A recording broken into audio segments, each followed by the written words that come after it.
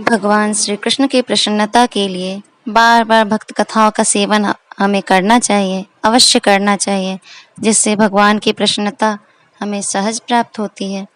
तो चलिए आज वृंदावन के दो भक्तों की चर्चा करते हैं।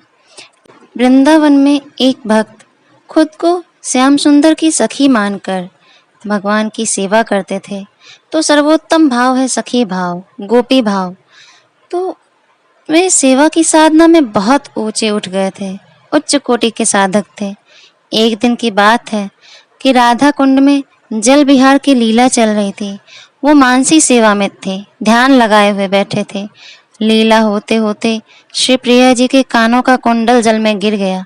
अब संत तो वहाँ सखी वेश में थे, अतः उनकी सखी राधा रानी का कुंडल गिरने से वे घबराकर पानी में छलांग लगा दिए और डुबकी मारकर कुंडल ढूंढने लगे। इधर ध्यान में तो 1-2 मिनट ही बीता था, पर जहाँ वो बैठे थे वहाँ 7 दिन बीत गए। लोगों ने देखा कि भाई क्या बात है, 7 दिन से इनका कमरा बंद है। 2 लोगों ने दरवाजा खोला, देखा ये तो ध्यान में बैठे हैं, आंखें बंद है, शरीर स्थिर है, श्वास धीरे धीरे चल रही है, आसन लगाए हैं। क्या किया जाए, कैसे इन्हें जगाया जाए? लोगों ने हिलाया डुलाया, कोई फर्क नहीं पड़ा। तो कुछ लोग जानते थे कि उनके कोई एक मित्र हैं, वो भी इन्हीं की तरह बहुत उच्च कोटि के भक्त हैं। उनका नाम रामचंद्र जी था।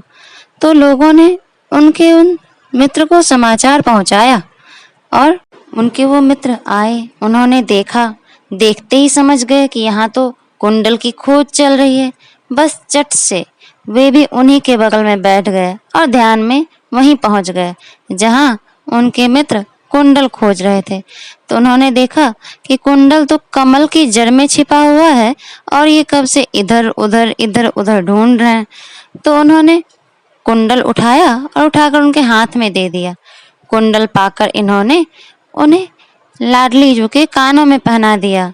पहनाने पर प्रिया जी ने प्रसन्न होकर अपने मुख का पान उनके मुख में दे दिया।